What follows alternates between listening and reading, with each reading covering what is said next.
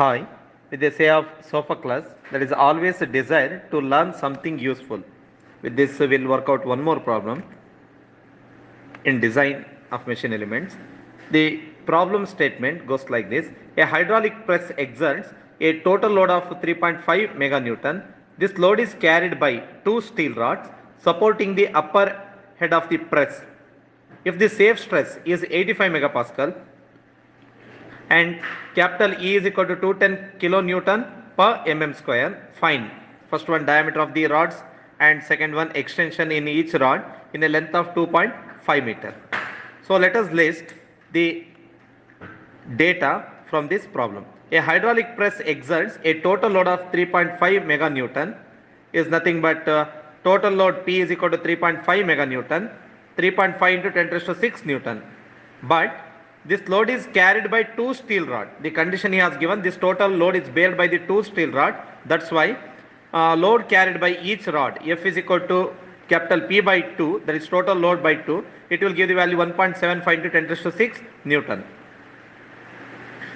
Supporting the upper head of the press. If the safe stress is 85 megapascal, so safe stress sigma is equal to 85 megapascal, and E, that is nothing but Young's modulus. Young's modulus is equal to 210 kilonewton per mm square, or 210 into 10 raised to 3 newton per mm square.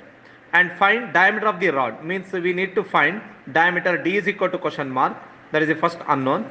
Second one, extension in each rod in length of 2.5 meter. So extension delta L we need to find. If length L is equal to 2.5 meter, that is nothing but equal to 2500 mm. So here useful main equations are, one is the tensile stress, sigma is equal to F by A. This equation is helping us to find the value of diameter D. Then for extension, we are supposed to make use of the relation deformation, delta L is equal to FL by AE. So now we'll move on to the solution. First unknown we need to find, that is diameter of the rods. D is equal to question mark. We know that tensile stress sigma is equal to F by A.